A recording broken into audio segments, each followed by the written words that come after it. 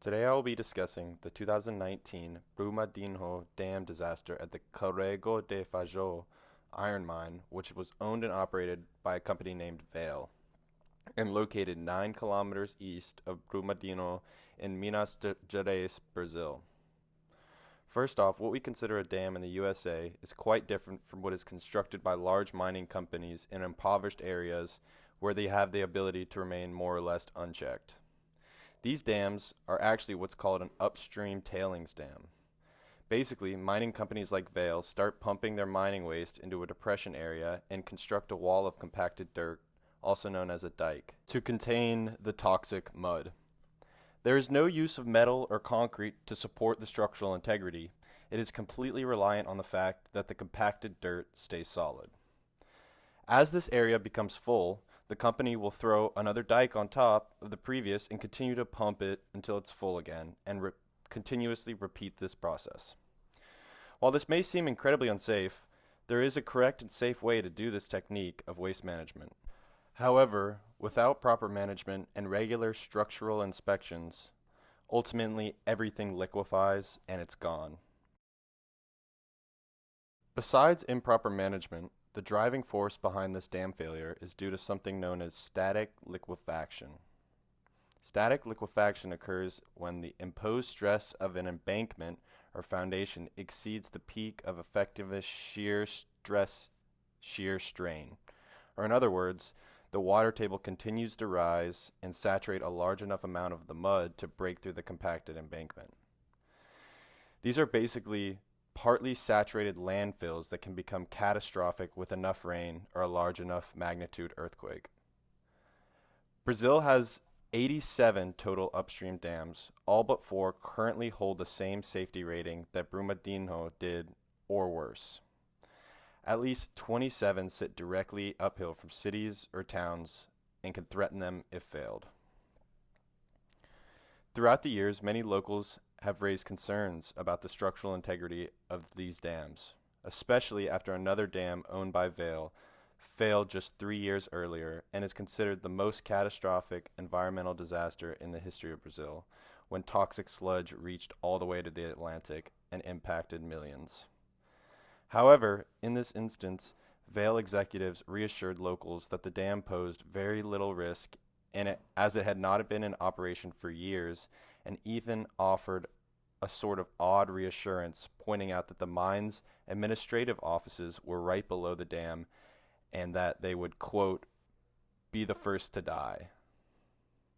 Well, on January 25th, 2019, at around noon, the Corrego de Fajo Dam 1 collapsed, unleashing a toxic tidal wave of around 12 million cubic meters of tailings.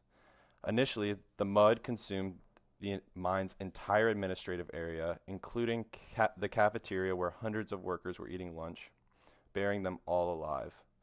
It continued to travel through the river basin, destroying just about everything in its path, including a bed and breakfast, a small village, and many hectares of cropland.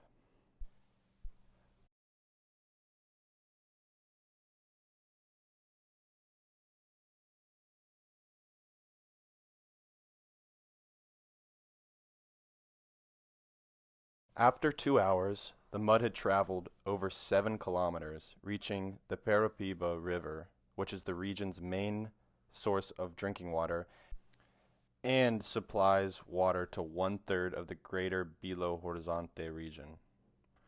In total, 270 were killed in this dam failure, and Vale was forced to pay $7 billion worth of damages. The effect of this failure was even felt as far as 302 kilometers downstream in Retiro Baixo, where dangerous concentrations of cadmium were found. Vale's president, Fabio Schwartzman, said the dam had been inactive since 2015 and that the waste would not have a large displacement. Furthermore, the water supply company COPASA stated that the tailings had not compromised public water supply and the water collection should resume.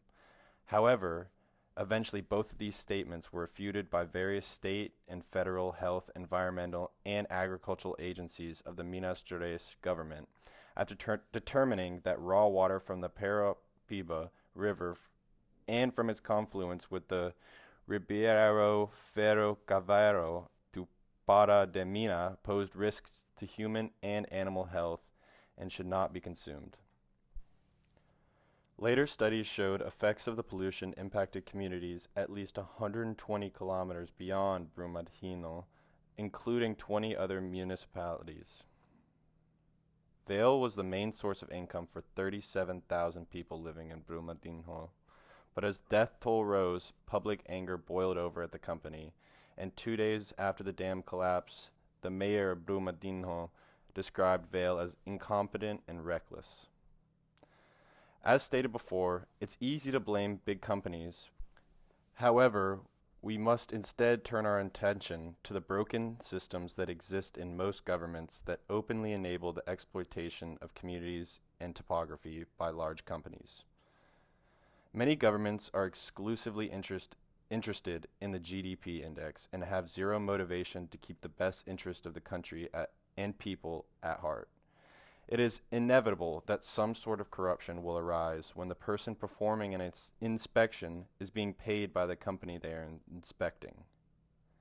After this event, the Brazilian government arrested multiple engineers responsible for inspecting and reporting the structural integrity of this dam. However, this is yet just another example of the government taking attention off themselves by blaming someone else. I think it's time we hold the correct individuals accountable that enable this sort of behavior. Boom, boom. Boom, boom. Boom,